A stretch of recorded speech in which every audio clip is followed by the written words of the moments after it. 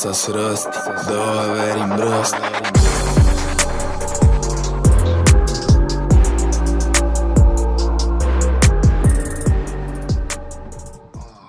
What's up, gang? Attendance tonight was 17,587. It was a full sellout. The gate was $2 million. Dana, Max Holloway once again, third round TKO. It was almost identical to the first fight. I mean, what can you say about this guy? 12 wins in a row. Now he's the only guy to ever beat Aldo twice. I mean, it's pretty incredible. Incredible.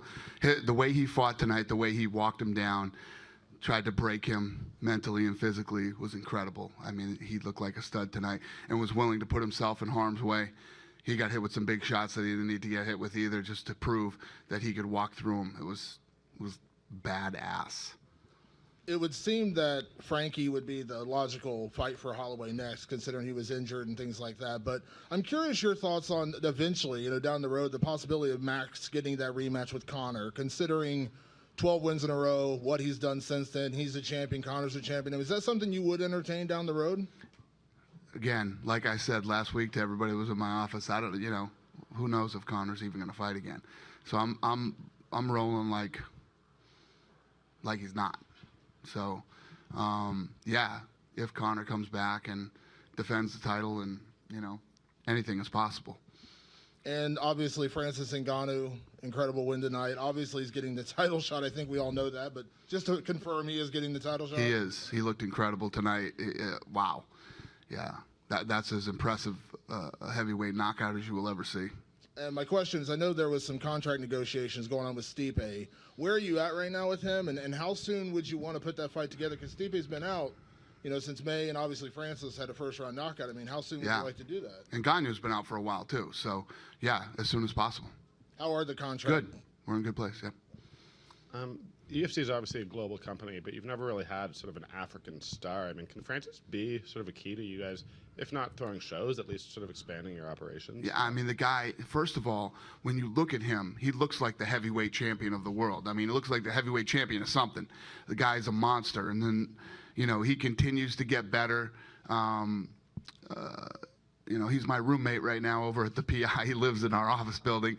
So it couldn't have happened at a better time for us to open this thing. I think the Performance Institute has been incredible for him. And, yeah, wow.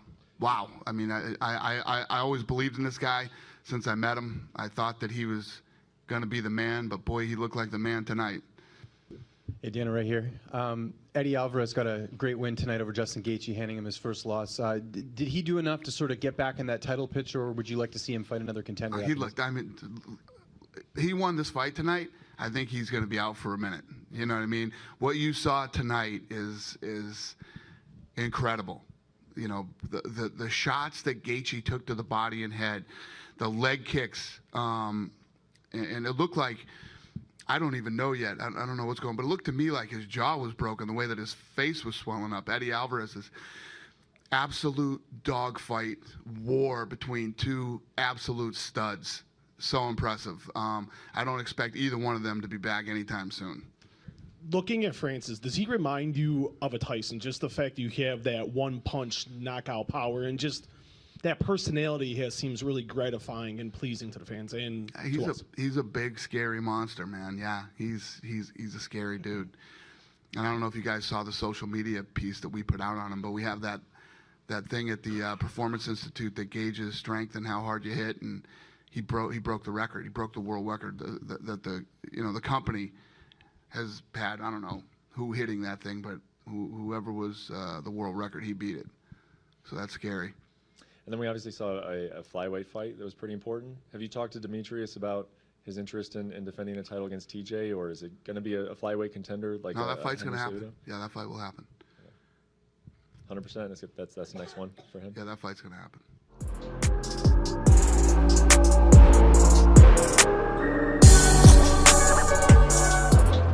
This may not be next, but I asked Dana about this, so I'll ask you. I know it's something that's on your mind. Talk about, an old flavor. Conor McGregor's out there. You got 12 wins in a row. You've beaten pretty much every featherweight contender, between this win streak. And if you beat Frankie, I don't really know, maybe Brian Ortega if he wins. Is that Conor fight, that would feel like a super fight. If he's champion, you're champion. I mean, does it feel like at some point that's some unfinished business you're going to have?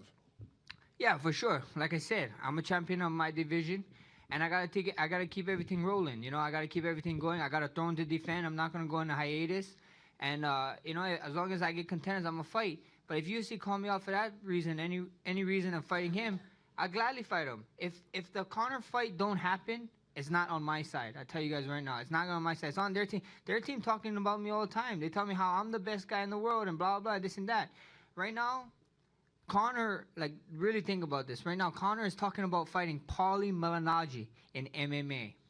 Just let that sink in. You know, Paulie Malignaggi in MMA. I don't know what to say. I don't know what to say after that. Max, congratulations back here. Thank you, brother. A guy you haven't really matched up with is Cub Swanson. I know that was the thought process before was Frankie or Cub. It became Frankie, then it turned into Jose. If Cub wins his next fight, would that be a lane you'd like to, look at, maybe and venture towards? Like I said, we see. I ain't no matchmaker. I'm a fighter. I'm the king of the division. All these guys can beg. People's like, call out this guy, call out that guy. Why? I got the belt. I'm not a contender anymore. I'm the champion. I'm sitting I'm sitting pretty. You know, I'm hungry. And if they want to fight, that's the fight UFC makes. UFC makes it. I don't care. I take that fight with open arms.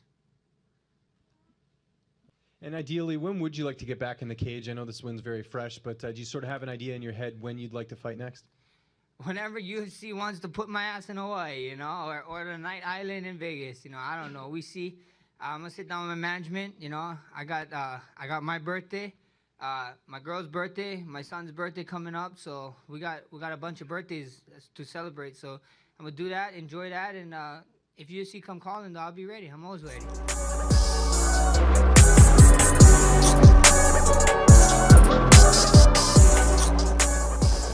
Obviously, Dana has made it official. You're fighting Stipe next. What are your thoughts? I mean, how are you feeling tonight after this journey? I feel very great. Yes, and then I wasn't able to avoid myself to thought about Stipe even during my training camp. I was like, just focus on Alistair, but my mind was also at Stipe because I knew that would be the next. Dana said he wants to match you up with Stipe as soon as possible. When would you want that fight to happen? Soon as possible, as he said. I'm injury free, so I'm ready to go. I've been out for a long time, for like 10 months, and now I want to go. Yes. And the fight was very quick, but did anything facing Alistair surprise you in there? No, really. The only thing that is this time he used to switch a lot and then strike on southpaw, but this time he stayed for the right hand for a long time. That was just a different thing, but we keep that. We work for all that. And I want to ask just about Alistair. That was obviously an amazing knockout, and you guys have had a good attitude towards each other. After the fight, he seemed to be, okay, mostly okay, suffering a punch like that. But did you get a chance to talk to Alistair and say anything to him? Did he say anything to you? Not at all. Not yet. And I know it's easy for us to judge on the outside, but I'm wondering if you watched the finish and if you regret landing that extra punch when he was out, because it was clear that he was out and you hit him with that extra punch. Do you regret that, or is it hard to pull back in the heat of the moment? I was engaged, so there was not. I don't even know what happened. I just threw punch and then that's happened. And I was already engaged, but I didn't have time to see that he's out. And the way you hit him in his head, kind of going back like that, is that one of the cleaner knockouts that you've ever had? Is that something that you enjoy just because you hit him so flush, so perfectly? Is Hey, that listen, Ariel, I'm a fighter. I'm come here to win. What doesn't matter how I hit him to win, and then he'll probably do the same thing. sure? No, I'm saying, Yes. did you enjoy the fact that you connected so cleanly? I enjoy the fact that I win the fight, and then that was my goal. I did it, and that's it. Okay, thank you. You're welcome. Francis, right here in front of you. You're the fourth fighter in UFC history to win your first 6 fights by a stoppage. Stipe has won his past 5 fights by knockout. How do you see a fight between you guys actually going? The fight between me and Stipe, the same way as the other one, knockout. I don't have no prediction than knockout. That's my skills. That's something that we're working hard for it. You have got a submission during the streak. Are you still working on that part of your game as well? Yes. Obviously, I still working on that. That's why I found some great guys, some good jiu-jitsu guy, Vinny Magalesh, who helped me to work for my ground game because he's a very good jiu-jitsu guy, and then he helped me for my skill. But that is just a plan B, just in case.